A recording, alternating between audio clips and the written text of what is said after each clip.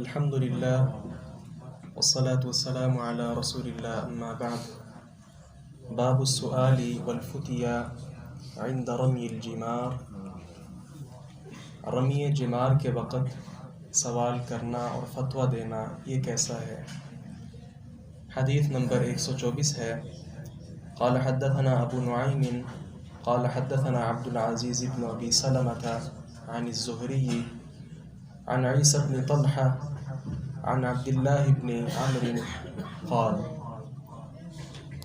عبداللہ بن عمر رضی اللہ عنہ سے روایت ہے، فرماتے ہیں رأیت النبی صلی اللہ علیہ وسلم، میں نے نبی کریم صلی اللہ علیہ وسلم کو دیکھا، عند الجمرہ، جمرہ کے پاس، وہو یسأل، کہ آپ صلی اللہ علیہ وسلم سے سوال کیا جا رہا تھا۔ فقال رجل، تو ایک آدمی نے کہا، یا رسول اللہ، اے اللہ کے رسول صلی اللہ علیہ وسلم، نحرت قبل ان ارمیہ، رمی کرنے سے پہلے ہی میں نے جانور قربان کر لیا ہے۔ قال ارمی ولا حرج، آپ نے فرمایا کہ اب رمی کر لو، کوئی حرج نہیں۔ قال آخر، دوسرے آدمی نے کہا، یا رسول اللہ، اے اللہ کے رسول صلی اللہ علیہ وسلم، حلقت قبل ان انحر، قربانی کرنے سے پہلے ہی میں نے اپنا سر منڈوا لیا ہے، تو کیا کروں؟ قال انحر ولا حرج، آپ نے فرمایا کہ اب قربانی کر لو، کوئی حرج نہیں ہے۔ فما سئل عن شيء قدم ولا اخر الا قال افعل ولا حرج، الغرض کسی بھی چیز کے متعلق آپ سے پوچھا گیا تقدیم و تاخیر کے متعلق، تو آپ نے اس کا یہی جواب دیا کہ اب کر لو، کوئی حرج نہیں ہے۔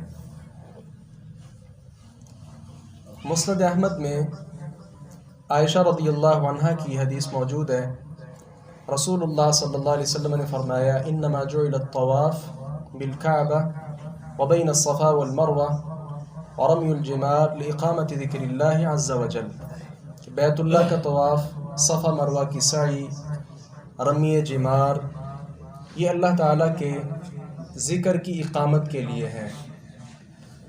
تو اس سے یہ سوال پیدا ہو سکتا تھا کہ پھر اس حالت میں چونکہ انسان اللہ کے ذکر میں مشغول ہوتا ہے، تو اگر کوئی انسان اللہ کے ذکر میں مشغول ہو تو کیا اس آدمی سے آ کر کوئی سوال پوچھا جا سکتا ہے یا نہیں؟ تو امام بخاری رحمہ اللہ اس مسئلہ کو بیان کرنا چاہ رہے ہیں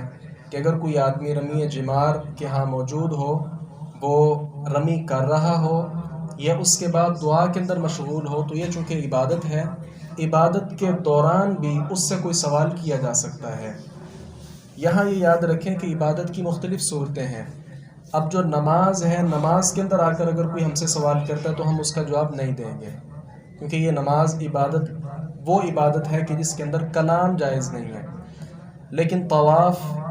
یا دیگر حج کے جو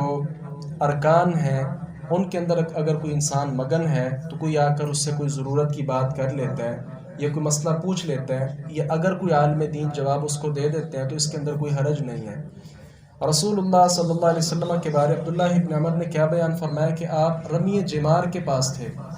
یہ دو صورتوں سے خالی نہیں ہے، یا تو آپ وہاں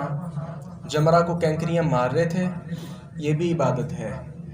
یا آپ فارغ ہو گئے تھے اور دعا میں مشغول تھے، تو دعا بھی عبادت ہے۔ تو گویا دو حالتیں ضرور ہوں گی، یا آپ رمی کر رہے ہوں گے یا پھر آپ صلی اللہ علیہ وسلم اس کے بعد دعا کے اندر مشغول ہوں گے، تو یہ دونوں صورتیں عبادت کی ہیں۔ تو عبادت کی صورت میں آپ صلی اللہ علیہ وسلم سے سوال ہوا تو یہاں سے علم کی اہمیت بھی واضح ہو گئی کہ علم یہ ایسا معاملہ ہے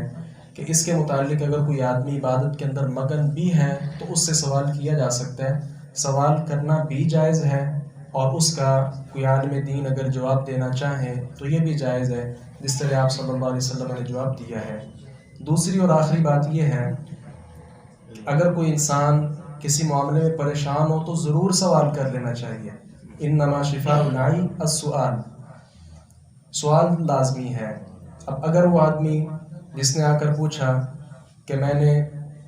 رمی کرنے سے پہلے ہی اپنے سر کی حجامت کروا لی ہے تو اس میں کوئی حرج تو نہیں ہے، بعد میں اگر اس کے اندر کوئی حرج ہوتا اس کا وہ سارے کا سارا حج ہی قبول نہ ہوتا ہے، یا پھر اس کو الگ سے کوئی قربانی دینا پڑتی۔ بہر صورت سوال کر لینا یہ ضروری ہے، خصوصی طور پہ دین کے معاملات میں اگر کوئی انسان پریشان ہو، فوری طور پر اس پر یہ لازم ہے کہ وہ اپنی رہنمائی کے لیے اہل ذکر کے پاس آئے، طلباء علماء کرام کے پاس آ کر اپنی جو تشفی ہے وہ حاصل کر لے۔ اللہ تبارک و تعالیٰ سے دعا کیجیے باری تعالیٰ ہمیں حق بات کو سمجھنے اور اس پر عمل پیرا ہونے کی توفیق عطا فرمائے۔ وآخر دعوانا الحمد للہ رب العالمین۔